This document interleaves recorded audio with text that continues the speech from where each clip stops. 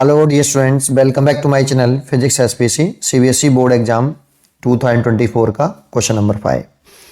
The mutual inductance of the two coils in a given orientation is 50 millihenry. If the current is in one of the coil changes H, ये ampere, the peak value of EMF volt induced in the other coil will be. ठीक है, देखो दो coil है हमारे पास, इसको हम primary coil बोल रहे हैं तो इसमें करंट फ्लो करा रहे हैं आईपी, और इसके नियर ही दूसरी कॉइल है ये आपकी, इसको सेकेंडरी कॉइल बोल रहे हैं. जब हम प्राइमरी कॉइल में करंट में चेंज करते हैं तो करंट जो दे रखी है वो वेरिएबल ही दे रखी है बेटा. प्राइमरी कॉइल वाली ये दे रखी है हमें current 1 into sine time dependent current है, देखो 100 pi T plus pi by 3 ampere. ये प्राइमरी फ्लो में करंट में फ्लो करने वाली करंट हो गई. चलो आई पी लिख देता हूँ, इसको दिया तो उसने आई है ना. और सेकेंडरी कॉइल में इंड्यूस ईएमएफ होगा. देखो एक कॉइल में करंट फ्लो कर रही है और दूसरी कॉइल में इंड्यूस ईएमएफ हो रहा है. म्यूचुअल इंडक्टेंस दे रखा है एम 50 मिली हेनरी. ये तो इसका फॉर्मूला होता है सेकेंडरी कॉइल में जो इंड्यूस ईएमएफ होता है माइनस का M D I P over D T, ये होता है फॉर्मूला.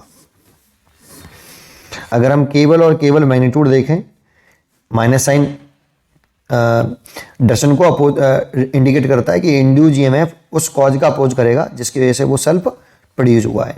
तो केवल मैग्नीट्यूड देख लें तो D I P over D T लिख सकते हो आप.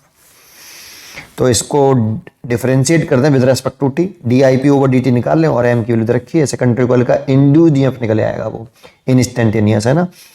तो इसको differentiate with respect to T, तो D I P over D T is equal to, तो देखो ये तो कांस्टेंट टर्म है तो 1 और इसका डिफरेंशिएशन करना पड़ेगा. डी ओवर डी टी किसका, sine 100 pi T plus pi by 3 का.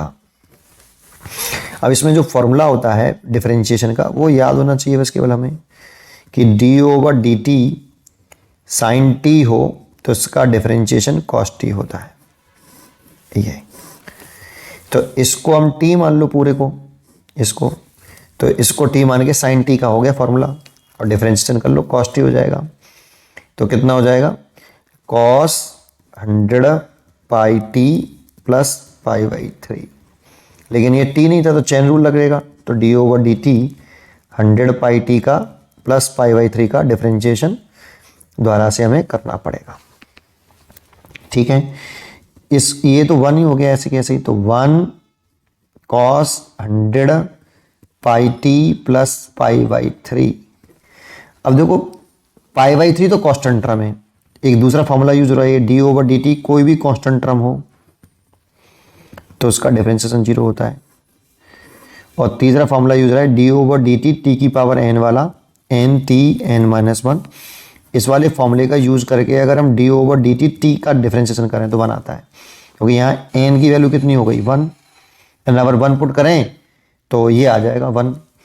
तो कर दें इसका डिफरेंशिएशन ऐसे, 100 पाई टी का हो गया 1 और इसका हो गया 0, तो ये 100 पाई आगे आ जाएगा. तो 100 pi cos 100 pi T plus pi by 3, ये आ गया D I P over D T.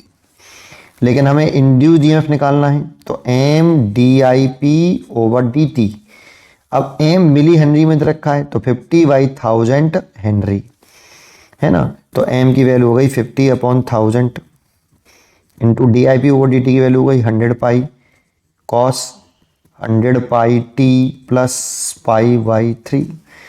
तो देखो 1 2 3 0 1 2 3 0 5 पाई बचा, cos 100 pi T plus pi by 3 E S. इसकी कंपेयरिंग अगर इससे करें या ऐसे लिख दें, if cos 100 pi T 100 pi T plus pi by 3 की वैल्यू अगर कैसी होगी मैक्सिमम है ना, देन ई की वैल्यू मैक्सिमम होगी. तो ई की मैक्सिमम वैल्यू को ही हम पीक वोल्टेज बोलते हैं, पीक इंड्यूस्ड ईएमएफ। ई की जो मैक्सिमम वैल्यू होगी उसी को हम क्या बोलते हैं, पीक वैल्यू ऑफ ईएमएफ। तो इसकी मैक्सिमम वैल्यू कॉस के टेबल में +1 होती है, तो इसकी मैक्सिमम वैल्यू +1, तब ई की वैल्यू जो आएगी वो मैक्सिमम वैल्यू होगी। ये सेकेंडरी कॉइल के क्रॉस जो इंड्यूस्ड ईएमएफ है ये मैक्सिमम होगा, इसी को हम पीक वैल्यू बोलते हैं। इसकी वैल्यू 1 रख देंगे तो कितना आ जाएगा बेटा, 5 पाई वोल्ट, है ना। तो इसका आंसर आ जाएगा 5 pi volt. B choice is correct.